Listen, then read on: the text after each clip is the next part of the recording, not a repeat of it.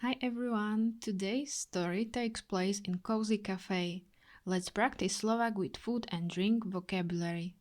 This lesson is perfect for learning everyday words about food, drinks, and ordering. Things you'll definitely need when visiting Slovakia. So grab yourself a cup of coffee or tea, sit back, and let's dive into the story. In the cafe, v kaviarni. Mária sedí v malej kaviarni v centre mesta. Mária sedí v malej kaviarni v centre mesta. Mária is sitting in a small cafe in the city center.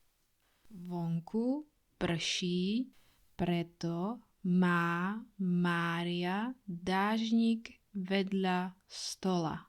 Vonku prší, preto má Mária dážnik vedľa stola. It's raining outside, so Maria has an umbrella next to the table.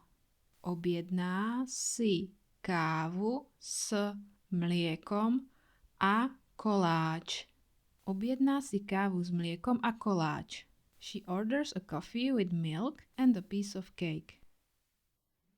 Čašník sa usmieva a hovorí: hneď to prinesiem. Čašník sa usmieva a hovorí: hneď to prinesiem. The waiter smiles and says, I'll bring it right away.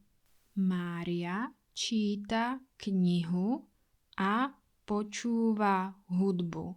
Mária číta knihu a počúva hudbu. Mária reads a book and listens to music.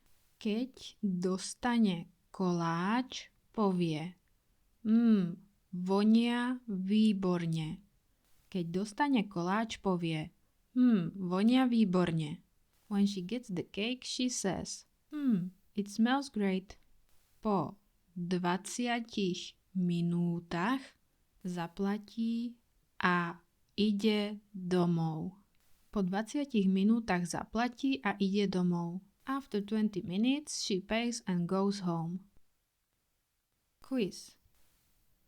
Where is Mária? Kde je Mária? V kaviarni. What does she order? Čo si objedná? Kávu s mliekom a koláč. What is next to the table? Čo má vedľa stola?